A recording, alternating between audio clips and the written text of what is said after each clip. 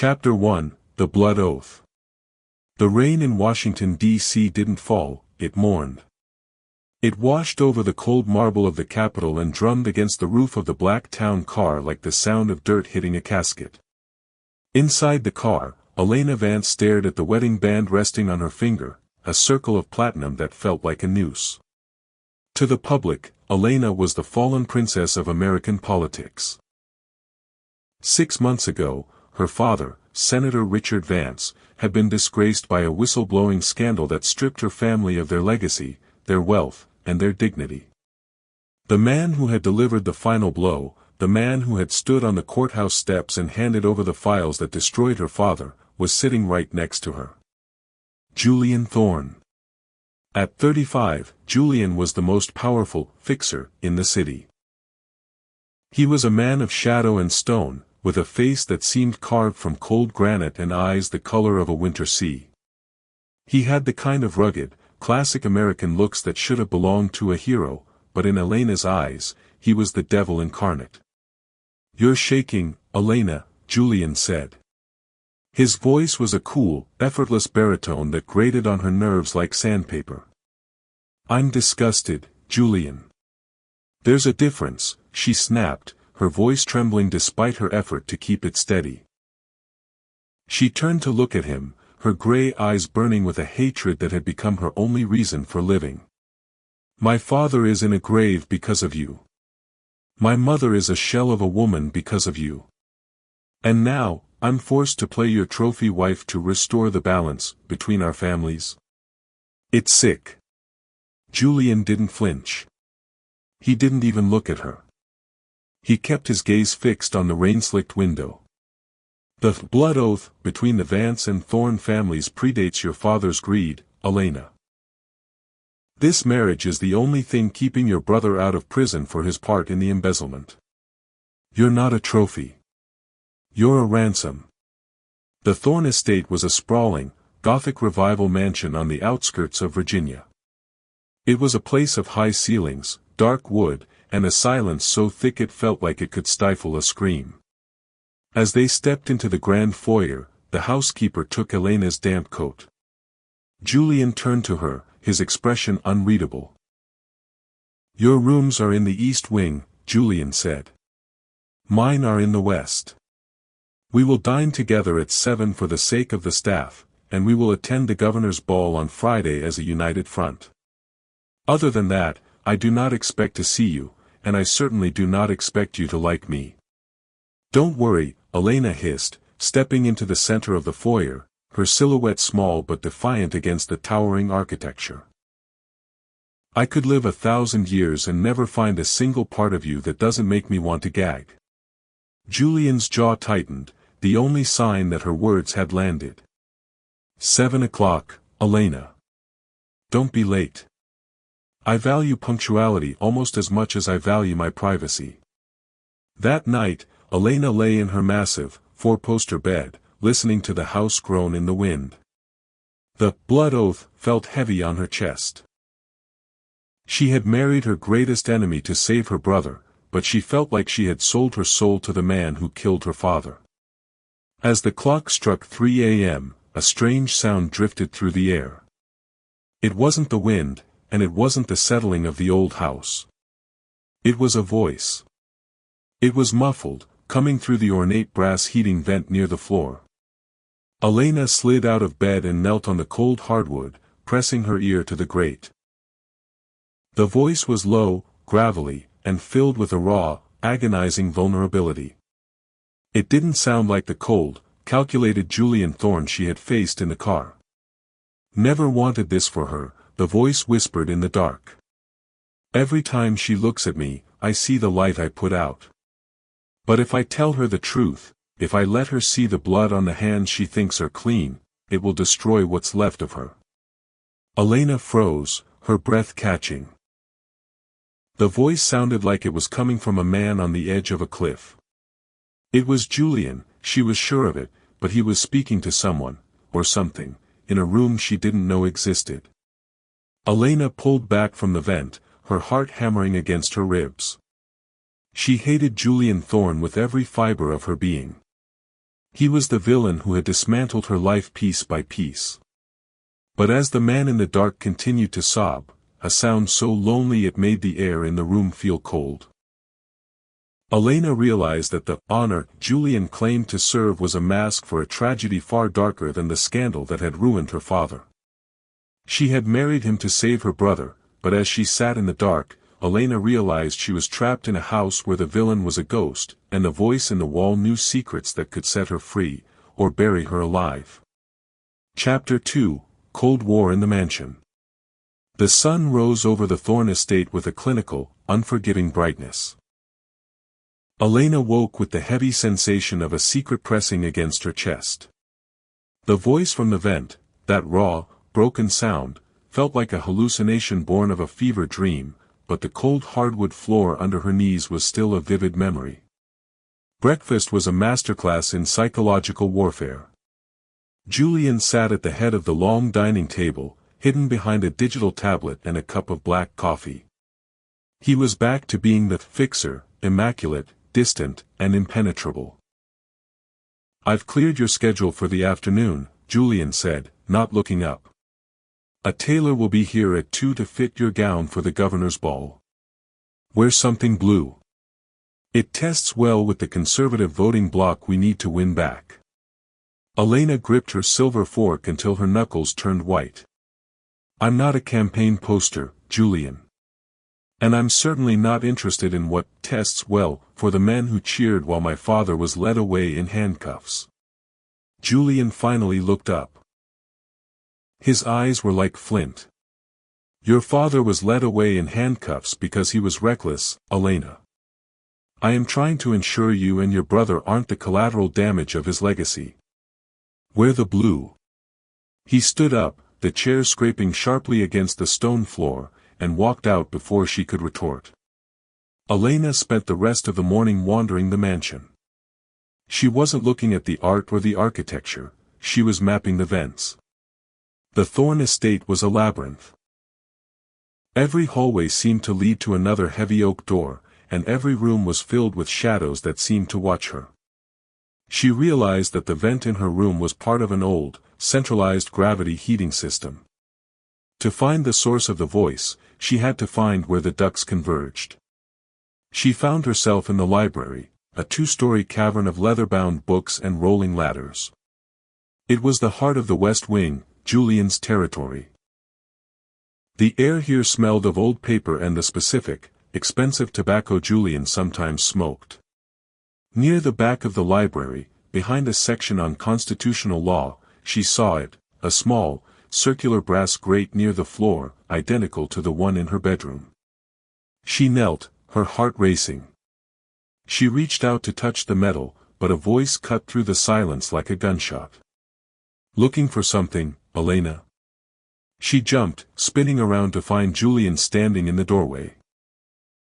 He hadn't changed his clothes, but he looked different, tighter, as if he were holding himself together by a single thread.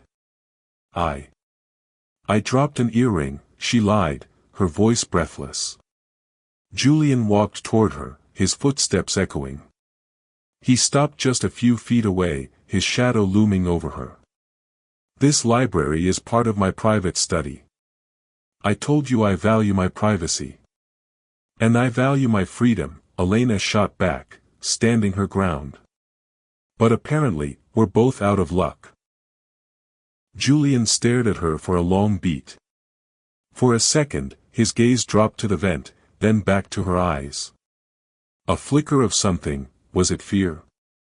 Recognition, crossed his face before he masked it with a sneer. "Go to your fitting, Elena. Don't let your curiosity become another liability your family can't afford." That evening, the Cold War moved to a new front.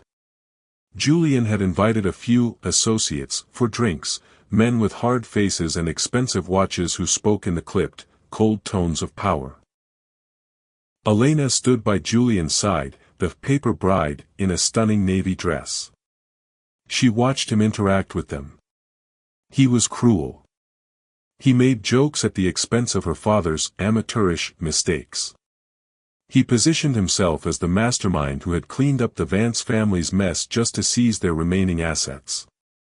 The men laughed, patting Julian on the back.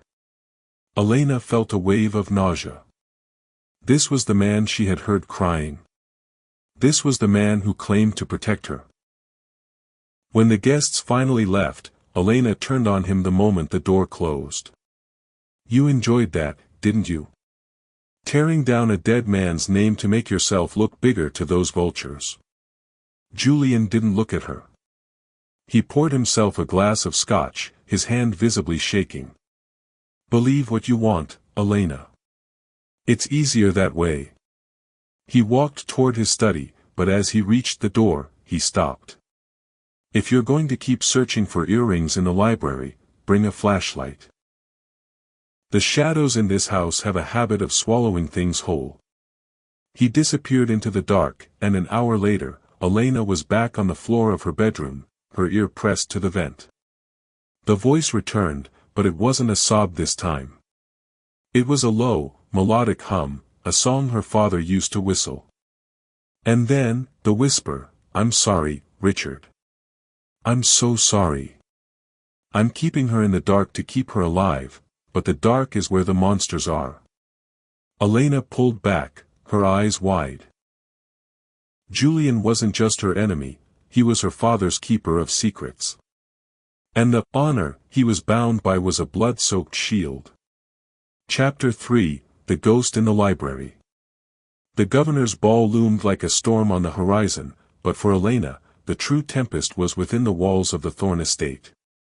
The revelation that Julian had been whistling her father's favorite melody, a song Richard Vance only shared with those in his inner circle, shattered her perception of the fixer. She spent the following night not sleeping, but pacing. She realized the library wasn't just a place for books, it was the architectural anchor of the West Wing. If the vents converged there, the secret room Julian occupied had to be adjacent to it, hidden by the massive, floor-to-ceiling mahogany shelves. The next morning, while Julian was reportedly in a high-stakes meeting downtown, Elena slipped back into the library. She brought a small high-intensity flashlight and a letter opener. She began at the brass grate, tracing the wall behind it. She tapped the wood, listening for the hollow echo of a void. She found it behind a collection of 19th-century maritime maps. A slight indentation in the molding acted as a lever. With a soft, mechanical click, a section of the bookshelf pivoted inward, revealing a narrow, lightless passage. The air inside smelled of dust and old iron. Elena stepped in, her flashlight beam cutting through the gloom. The passage led to a heavy, reinforced steel door with a small sliding viewing port. She pressed her face to the cold metal. Inside was a room that looked like a bunker. It was filled with monitors, filing cabinets, and a single, low-wattage lamp on a desk. And there, sitting in a threadbare armchair with his back to her, was a man. He wasn't Julian. The man was older, his hair a shock of white, his shoulders hunched under a heavy cardigan. He was holding a glass of amber liquid, staring at a wall covered in photographs of Elena's father, her mother, and Elena herself as a child. "I know you're there, Elena," a voice said. Elena gasped, spinning around. Julian stood at the entrance of the secret passage, his face illuminated by the flashlight she dropped. He didn't look angry, he looked defeated. "I didn't think you'd find it this quickly," Julian said, his voice a ghost of its usual command. "I overestimated the house and underestimated your father's daughter." "Who is he?" Elena whispered, pointing toward the door. "Why are you keeping a ghost in your basement?" Julian walked toward her, picking up the flashlight and handing it back. He looked at the steel door with a mixture of reverence and pain. "That is Silas Thorne. My father. The man the world thinks died in a plane crash 10 years ago. Your father is alive." Elena's head spun. "But the scandal, the whistle blowing. They said a Thorne did it. Everyone assumed it was you." It was a thorn, Julian said, stepping closer until he was barely an inch away. But not to destroy your father. To save him. Silas found out that Richard was being set up by a cartel that has spent 30 years infiltrating the Senate. The only way to stop the cartel was to make Richard look so disgraced, so unuseful, that they would stop trying to kill him. You ruined him to protect him. Elena's voice rose in a mix of fury and confusion. The whistle blowing was a staged exit, Julian hissed, grabbing her arms to steady her. But the cartel caught on. They tried to take Silas out, and they succeeded in making the world believe he was gone. He's lived in this room for a decade, coordinating the defense of your family from the shadows. The voice in the dark, you heard. That was him, Elena. Not me. Elena looked back at the viewing port. The man inside, Silas, turned slightly. He looked exactly like the man Julian was becoming, a man who traded his life for a secret. Then why the marriage? Elena asked, her breath hitching. Why force me into this? Julian's grip on her arm softened, his thumbs grazing her skin for the first time with a tenderness that felt like a betrayal of her hatred. Because the cartel is coming for the last piece of the Vance legacy. You. If you're a Thorne, you're under my protection. If you're a Vance, you're a target. I didn't want you to hate me, Elena. I needed you to hate me so you wouldn't look too closely. Because the closer you get to the truth, the closer the monsters get to you. At that moment, a red light began to pulse on the monitors inside the secret room. Silas stood up, his face grim. Julian, the old man shouted through the door. They've breached the digital perimeter. They know she's in the house. The Cold War was over. The real war had just begun. Chapter 4, The Breach. The red pulsing light turned the library into a gruesome gallery of shadows. The high-tech sirens didn't wail, they hummed, a low, teeth-rattling vibration that signaled a Tier 1 security breach. Get in the room. Now. Julian commanded, his voice stripping away the facade of the cold businessman and replacing it with the steel of a man who had been preparing for this moment for a decade. Elena hesitated for a fraction of a second, her gaze darting between the narrow passage and the man she had spent months despising. The world felt like it was tilting on its axis. The villain was a guardian, the fixer was a protector. Elena, move. Julian roared as the sound of a distant explosion rocked the mansion, sending a shower of plaster dust from the ceiling. He shoved her into the secret passage just as the library's main doors were blown off their hinges. Elena stumbled into the bunker-like room, the heavy steel door slamming shut behind her with a final, echoing thud. The room was smaller than it had appeared through the viewing port. Silas Thorne stood before a wall of monitors, his fingers flying across a keyboard with a speed that defied his age. Julian is out there, Elena breathed, pressing her hands against the cold steel of the door. He's alone. He's not alone, Silas said, his voice gravelly but steady. He didn't look away from the screens. He has the house. And he has the truth. That's more than those bastards have had in 30 years. Elena watched the monitors. The grand foyer she had walked through earlier was now a battleground. Men in tactical gear, faces hidden by black masks, were moving through the shadows. These weren't petty thieves, they were the cartel's professional cleaners. On the screen, she saw Julian. He wasn't using a gun. He was moving through the darkened halls like a ghost, using the mansion's own security features, retractable barriers, blinding strobe lights, and pressurized gas, to pick the invaders apart one by one. Why didn't he tell me? Elena whispered, her eyes stinging as she watched Julian narrowly avoid a burst of gunfire. Why let me hate him? Because hate is a powerful shield, Elena, Silas said, finally turning to look at her. His eyes were identical to Julian's. filled with a weary, tragic honor. If you loved him, you would have been vulnerable. If you hated him, you stayed sharp. He took your loathing because it was the only way to keep you from becoming a target of their psychological games. The conflict reached a fever pitch as the lead mercenary reached the library. On the monitor, the man stopped, realizing the bookshelves were a facade. He raised a thermal scanner, the screen glowing orange as it detected the heat signatures of Elena and Silas behind the wall. "They're coming through," Silas warned, reaching under his desk and pulling out a small, encrypted drive. "Elena, listen to me. This drive contains the coordinates of the cartel's main server. If Julian doesn't make it, you have to get this to Leonard Vance. It's the only way to finish what your father started." "Julian will make it," Elena said, her voice finding a strength she didn't know she possessed. Suddenly, the monitor showing the library went black. A heavy impact thudded against the steel door. Then another.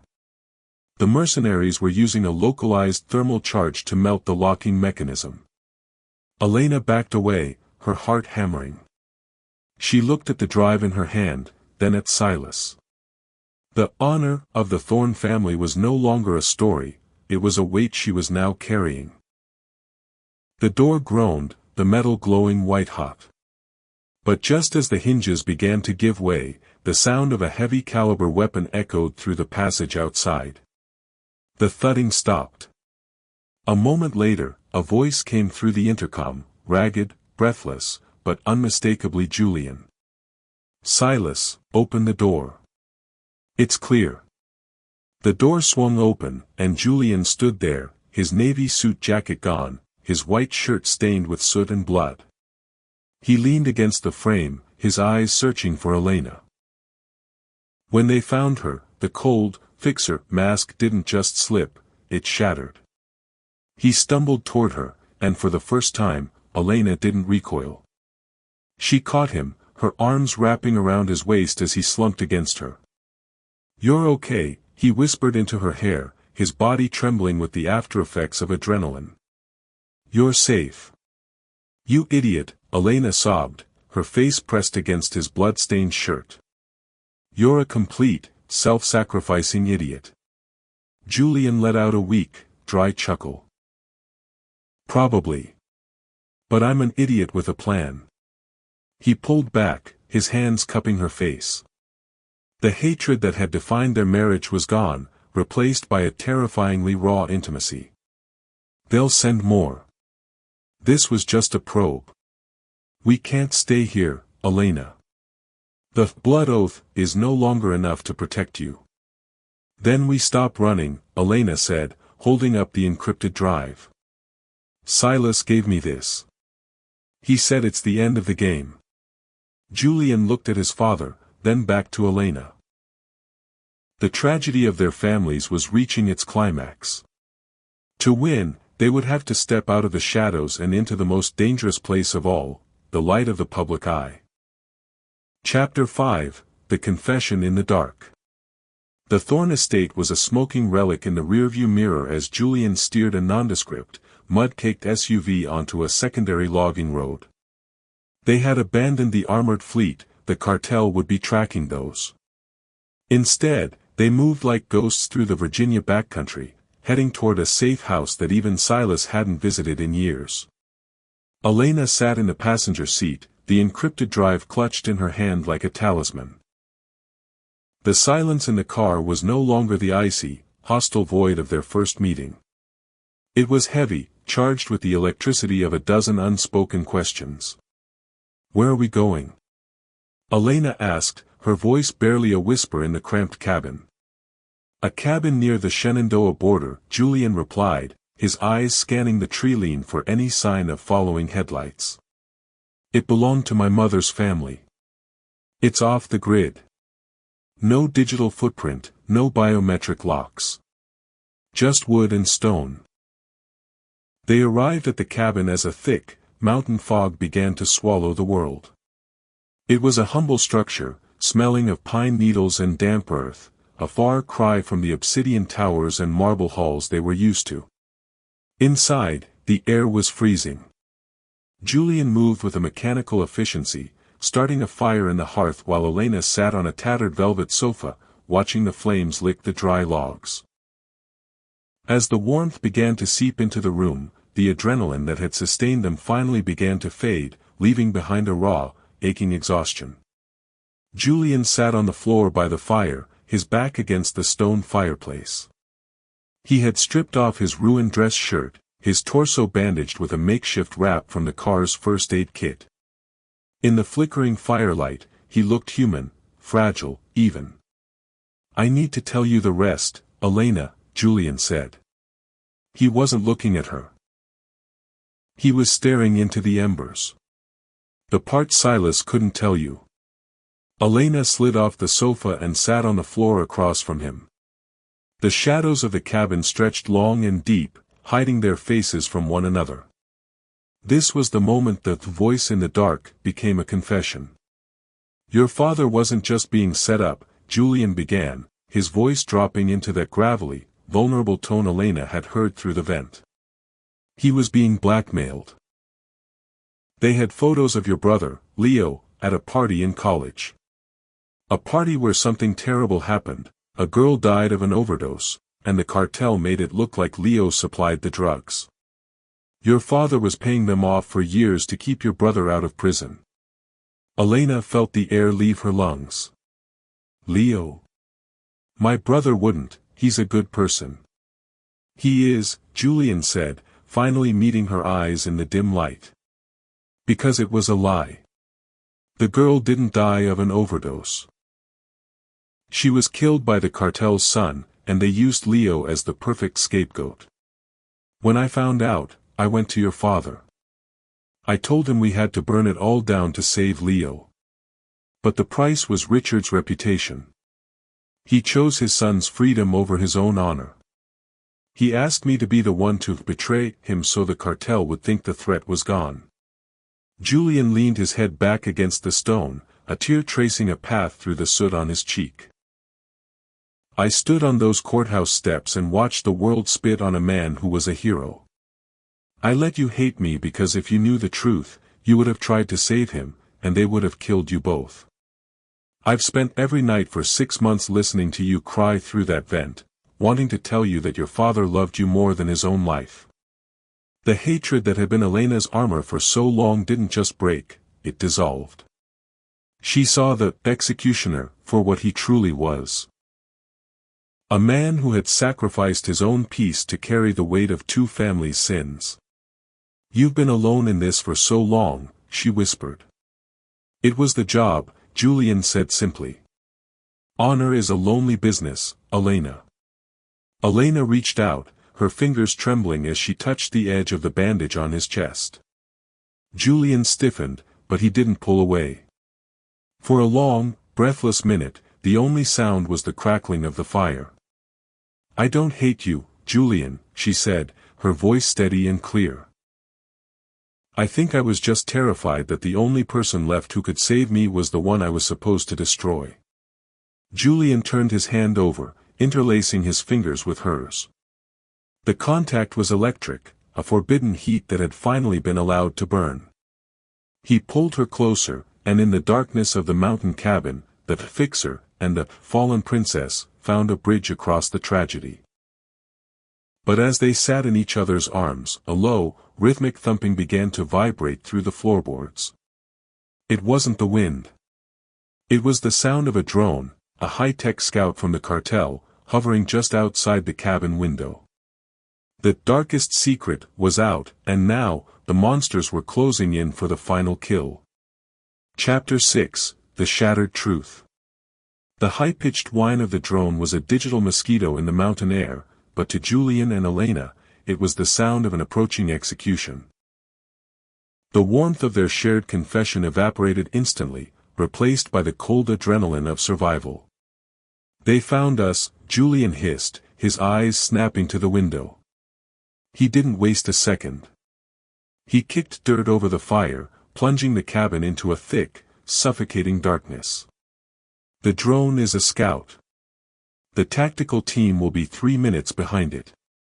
Elena felt the floorboards vibrate as Julian moved with predatory speed. What do we do? We're trapped. No, Julian said, his voice a low, focused rasp. In the dark, they think I'm the only threat. They think you're just a prize to be collected. We're going to use that. Julian handed Elena a small, weighted object, a tactical flashlight with a serrated edge.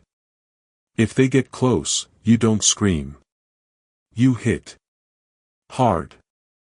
I need you to get to the cellar. There's a passage that leads to the old well house.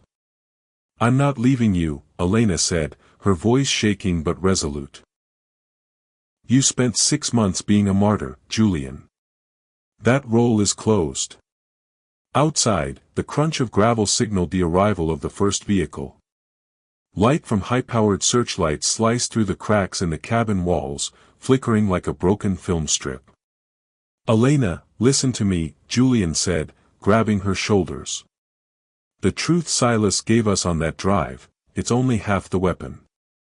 The other half is you. You are a Vance. You have the public's ear. If you die here, the truth dies with you. If I die, I'm just another dead fixer.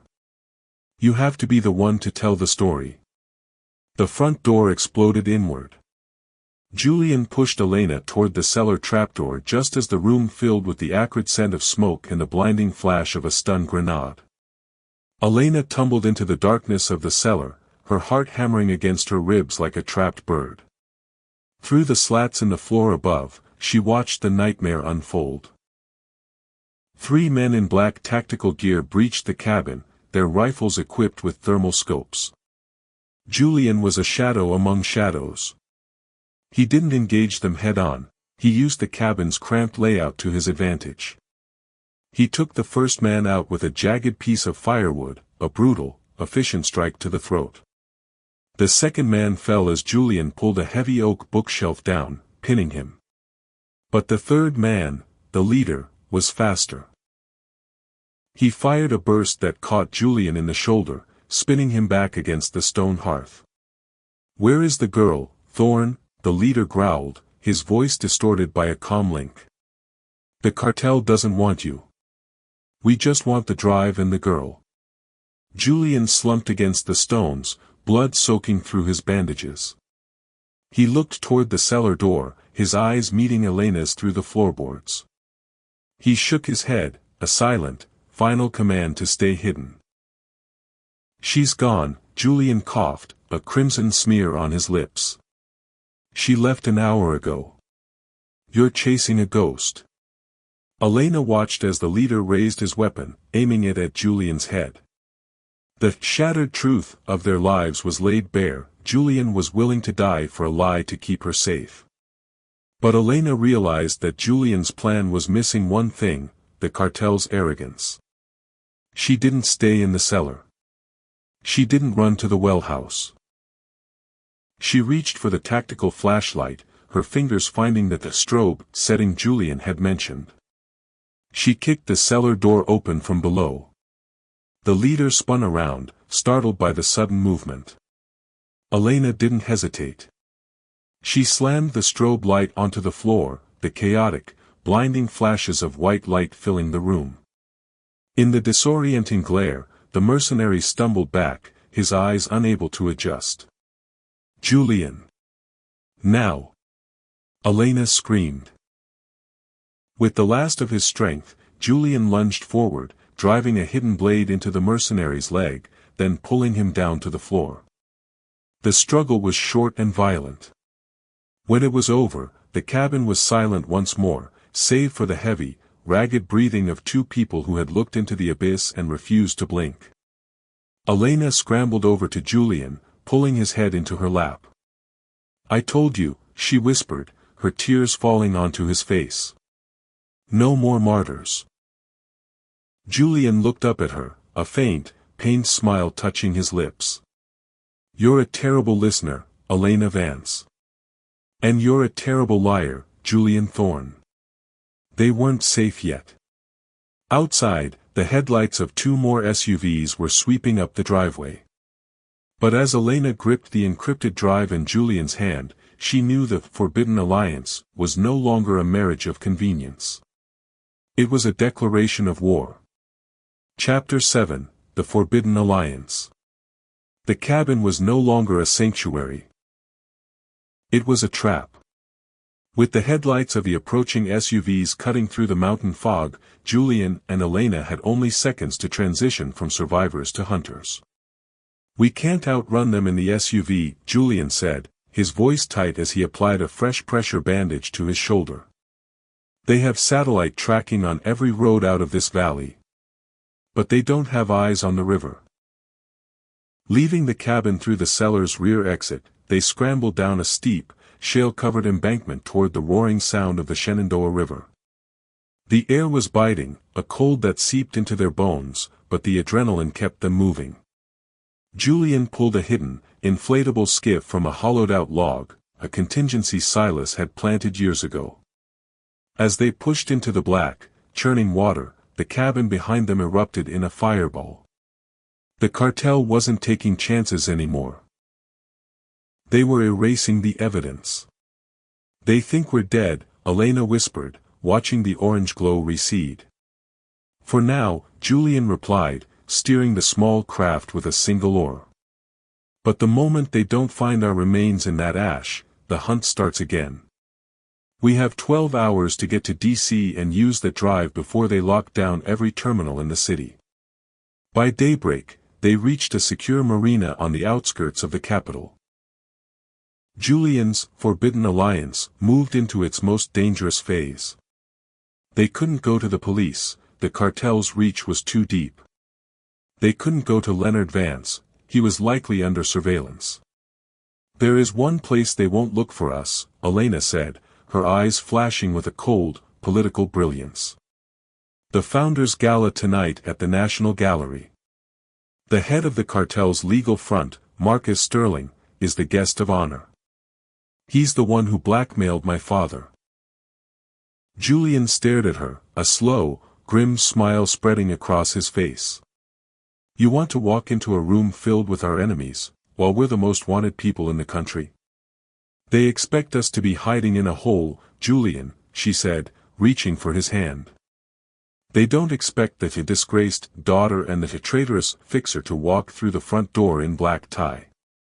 In a safe house apartment hidden above a dry cleaner's, the transformation began. He donned a sharp, midnight blue tuxedo, the high collar hiding the bandages on his neck. He looked every bit the powerful, untouchable fixer once more, but his eyes held a new, fierce light. She chose a gown of liquid silver, a dress that acted as armor. It was bold, defiant, and impossible to ignore. As Julian zipped the back of her dress, his fingers lingered on her skin. The forbidden nature of their bond had evolved. They weren't just husband and wife by contract. They were a singular unit, two halves of a weapon finally being unsheathed. "If this goes wrong," Julian whispered, his lips brushing her temple, "I need you to run. Don't look back for me." Elena turned in his arms, her hands framing his face. "We go in together, Julian. And we walk out together. That's the new oath." The National Gallery was a sea of flashing cameras and expensive perfume. As the Thornes were announced, a hush fell over the room. The silent scandal had returned. Marcus Sterling, a man with a smile like a shark, froze in the middle of a toast. He watched as Julian and Elena walked toward him, their heads held high, radiating a power that made the surrounding elite shrink back. "Julian," Sterling said, his voice a forced joviality. "We heard there was a fire at your estate. We feared the worst. Reports of our death were greatly exaggerated, Marcus," Julian said, his voice a low, lethal purr. Elena stepped forward, her silver dress shimmering under the chandeliers. She held a champagne glass in one hand, but in the other, hidden by the folds of her gown, was the encrypted drive. "We're not here for the party, Marcus," Elena whispered, leaning in as if to share a socialite secret. We're here to give a speech. And I think the world is finally ready to hear the voice in the dark as Julian scans the room, spotting the cartel's cleaners moving in from the exits. The trap was set, but the question remained, who was the predator, and who was the prey? Chapter 8, The Price of Honor. The air in the National Gallery felt thin, charged with the static of a brewing storm. Marcus Sterling's eyes darted toward the security detail flanking the exits, his cleaners disguised in catering uniforms. He leaned in toward Julian, his voice a sharp, hushed razor. You think a flash drive and a silver dress changed the world, Julian? Sterling hissed. I have senators in my pocket and the press on a leash. You step 1 foot toward that podium with a lie, and you won't make it to the sidewalk. It's not a lie, Marcus, Julian replied, his hand resting possessively on the small of Elena's back. It's a legacy. While Julian held Sterling's gaze, Elena scanned the crowd for their secret ally, Elena Vance, her brother. He was supposed to be their final bridge, the one to verify the cartel's blackmail files to the gathered press. She spotted him near the grand marble pillars, but he wasn't looking at the stage. He was looking at his phone, his face pale and sweating. Leo, Elena whispered, slipping away from Julian for a moment to reach him. Do you have the secondary codes? We're going live in 2 minutes. Leo looked at her, and for the first time, Elena saw a terrifying flicker of cowardice. Elena, they called me. They have Sarah. They said if the files upload, she's gone. The price of honor hit Elena like a physical blow. Sarah was Leo's fiancée. The cartel had found the one pressure point the Thorne family hadn't reinforced. I can't do it, Leo choked out, backing away. I'm sorry. I told them where Julian's backup servers are. I had to. Elena felt the world tilt.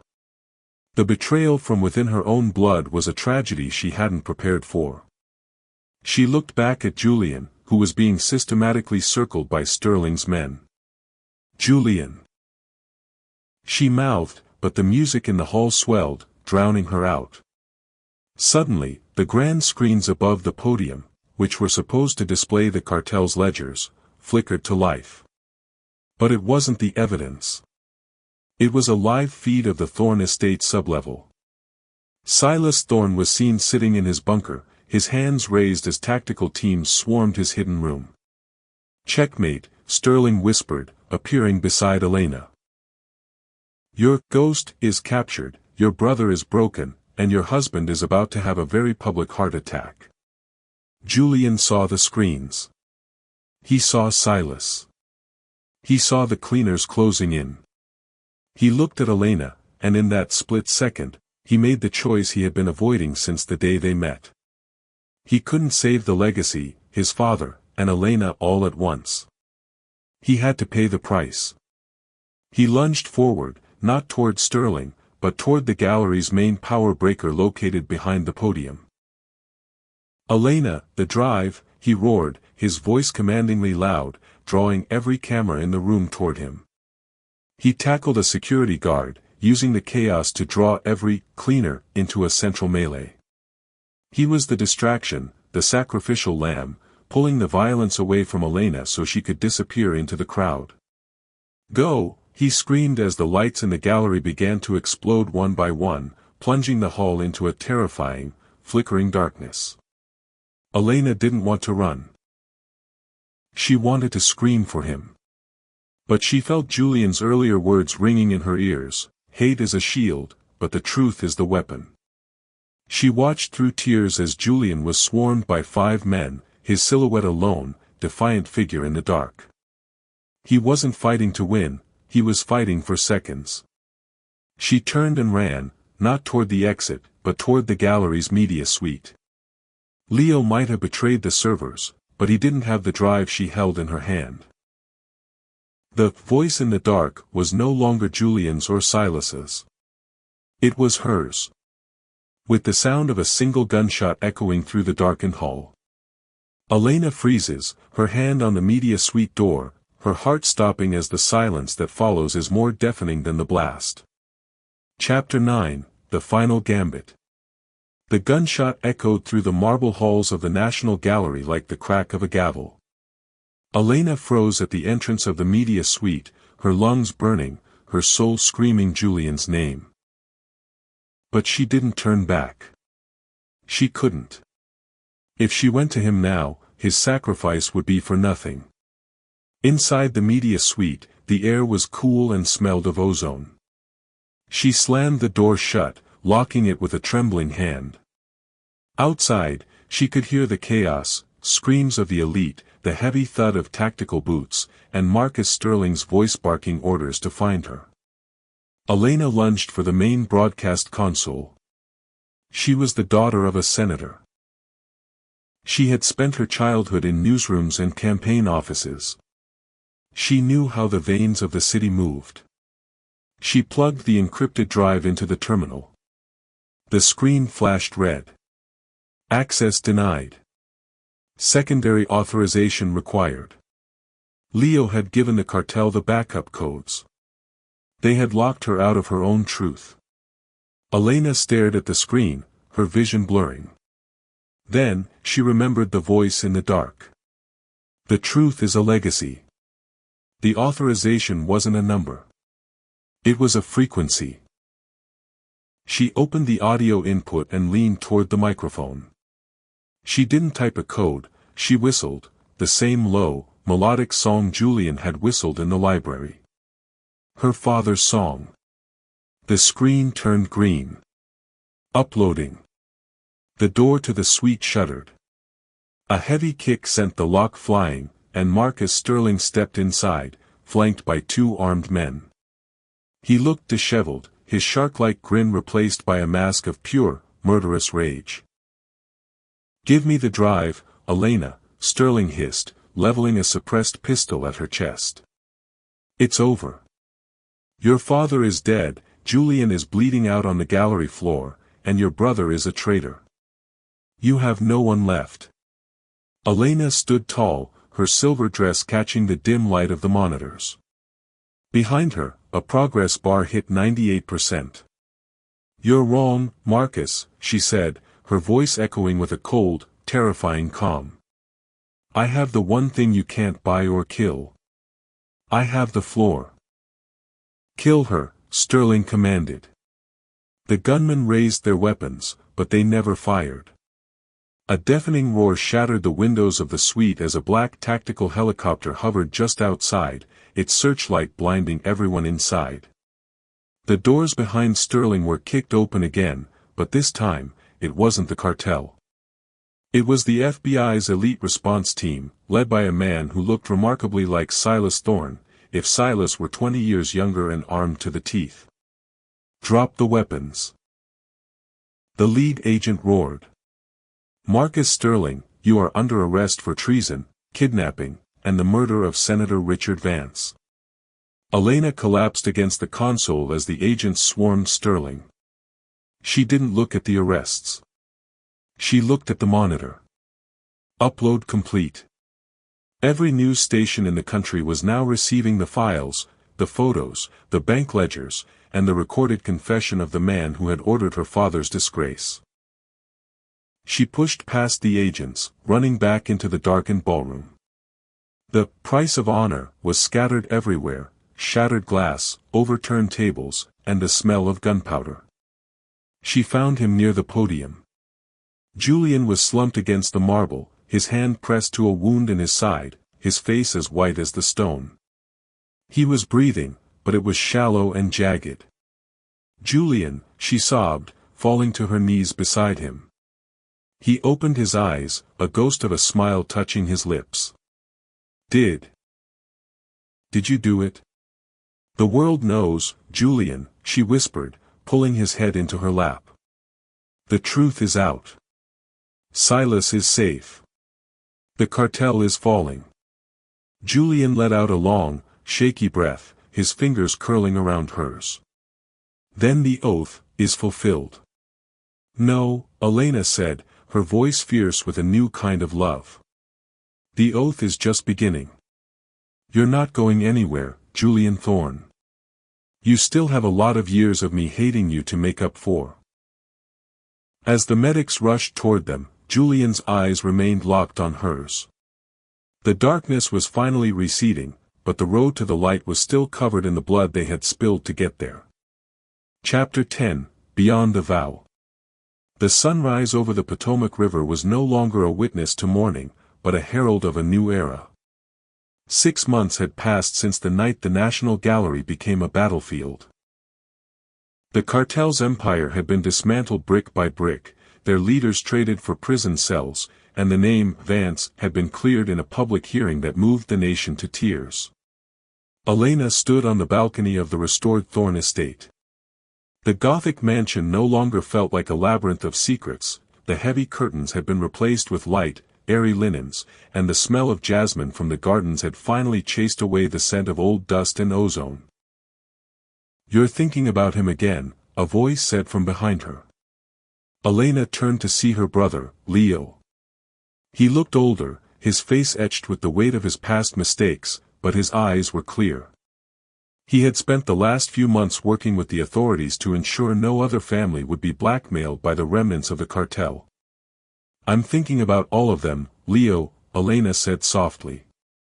"My father, Silas, the cost of the truth."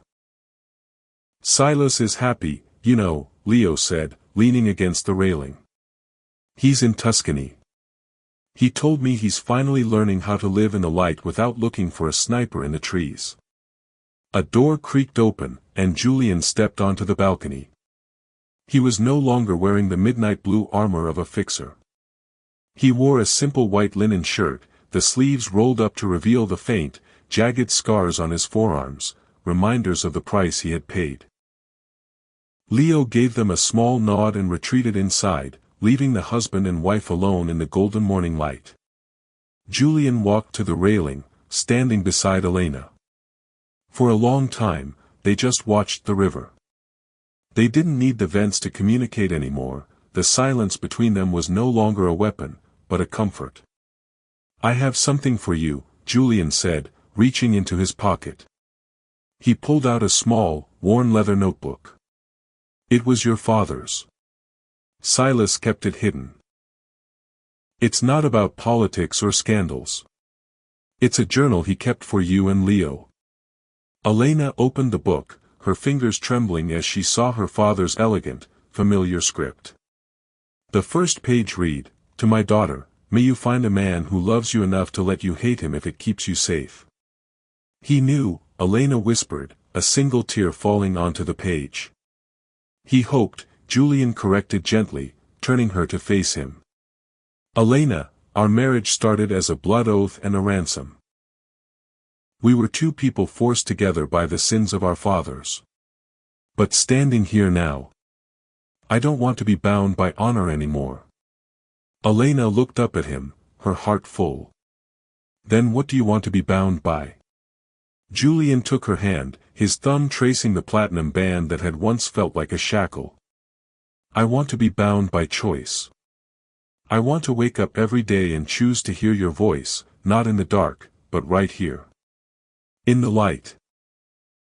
The forbidden romance, that had begun in hatred ended in a vow that required no secrets. Julian leaned down, his lips meeting hers in a kiss that tasted of peace and a future they had fought to earn. They had survived the fire, the betrayal, and the shadows. The voice in the dark was finally silent, because there was nothing left to hide. As they walked back into the house together, the sun fully rose, illuminating the Thorne estate. The blood oath was broken, replaced by a love that was no longer a secret, but a legacy. What an incredible journey. We've seen Elena and Julian go from the deepest hatred to a love forged in the fires of sacrifice and truth. It just goes to show that sometimes, the person we think is our greatest enemy is actually the one willing to lose everything to save us. I want to hear from you. If you were in Elena's shoes, could you have forgiven Julian after learning the truth? Or do you think the price of honor was too high? Let's discuss it in the comments below. If you enjoyed this forbidden romance and want more stories filled with suspense, twists, and emotional depth, please like this video to support the channel. Share this story with your friends who love a good billionaire drama. Subscribe and turn on those notifications so you never miss a new chapter. Thank you for listening to Bound by Honor. I hated him until I heard his voice in the dark. Your support means the world to me. Until next time, keep seeking the truth in the shadows. See you in the next story.